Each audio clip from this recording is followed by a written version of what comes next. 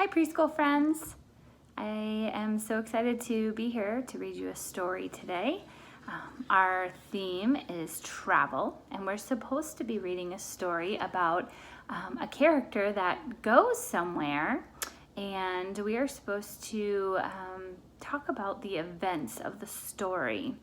So the events of the story are the actions that the character takes during the story, in the beginning, the middle, and the end.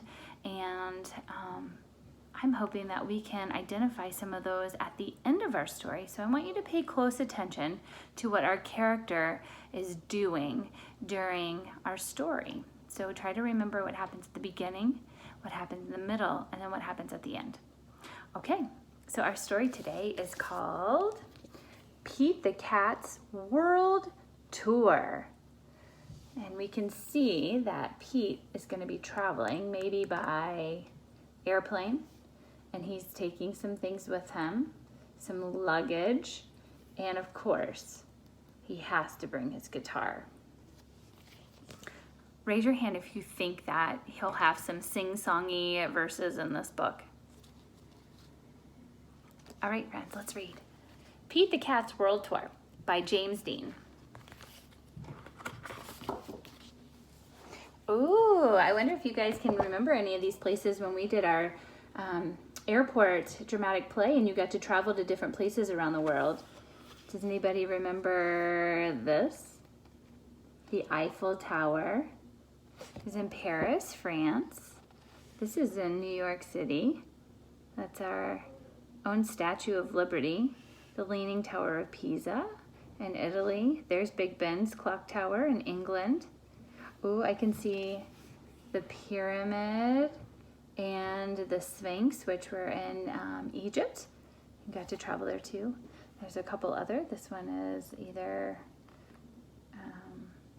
China or Japan, probably. All right, let's check this out. I wonder where Pete's gonna go. Pete and his bandmates are going on a world tour. They are ready to rock.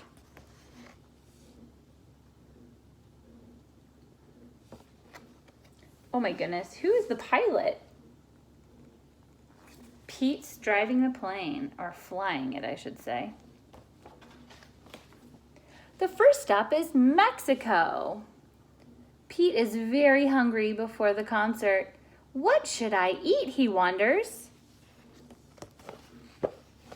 Oh, he found something to eat. Tacos! How about tacos, suggests Gus. Pete tries a taco filled with fish, salsa, and lettuce. Tangy, he says, and delicious. Gus eats one filled with nopales? That is a kind of cactus. Not sure I said that right, friends. I don't know that word.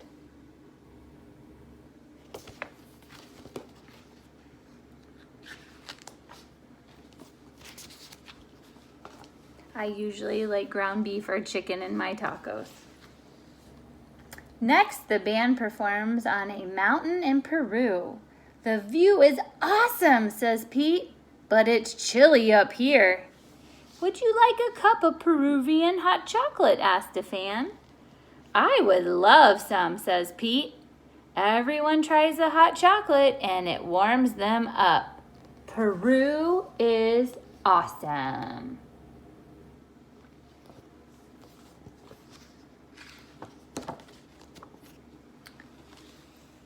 When the band arrives in Iceland, everyone is tired.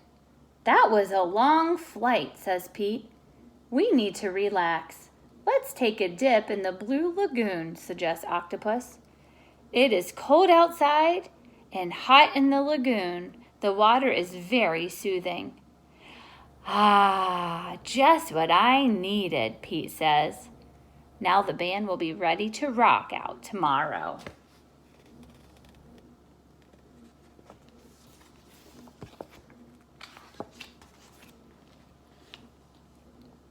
In France, Pete wants something fancy.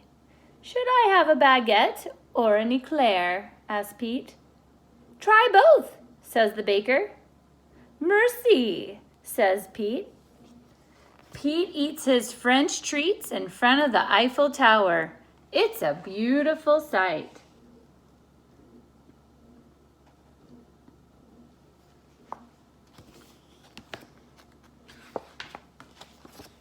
The next show is in London. The band jumps on a red double-decker bus and explores the cool city. They see Big Ben. That's the clock tower right there. Look at the time. We've got to go to our next stop, says Grumpy Toad. I wonder where they're going next. They've been to a lot of places already.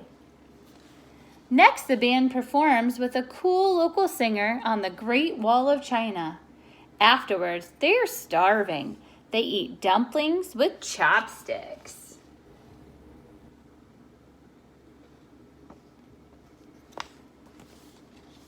How many of you like to eat dumplings with chopsticks? In India, the band performs in front of a palace. They jam for hours in the hot sun. I could use a refreshment, says Pete. He takes a sip of cold mango lassi. Yum!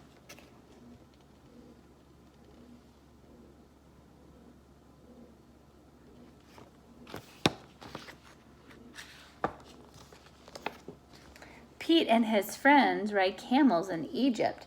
They rock out in front of the Great Pyramid. Do you think my drums will wake up the mummies? Asked Gus. So silly. Does anybody know what animal Pete is sitting on playing his guitar? Camel.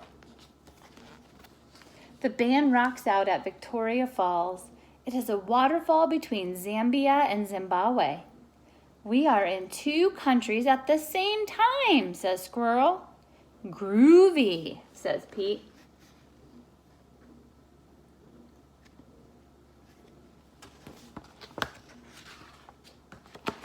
The last stop on the tour is in Trinidad. Let's make this one count, says Pete.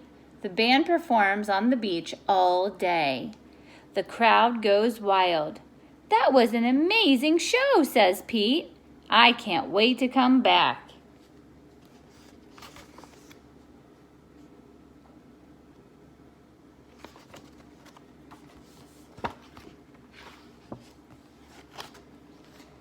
The worldwide tour is over and it is time to go home. There's no place like home, Pete says. But the world is full of groovy things and I can't wait to see them all.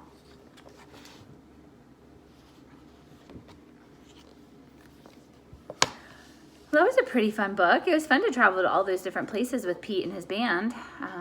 Did you guys remember some of the events that happened in the story? Can anyone think back to what happened in the beginning of the story? What did they do in the beginning of the story?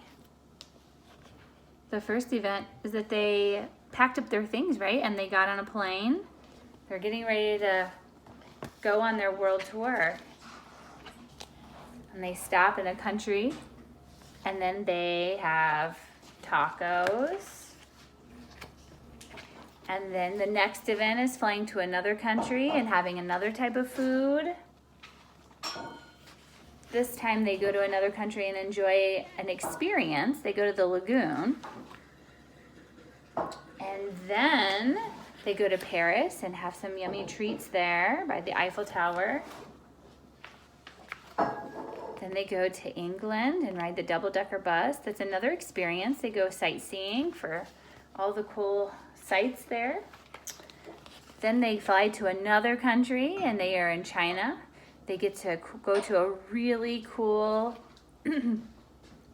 landmark, which is called the Great Wall of China. And then they get to have some yummy food there too and try chopsticks, which is kind of tricksy. They get to go to another country. They visit India.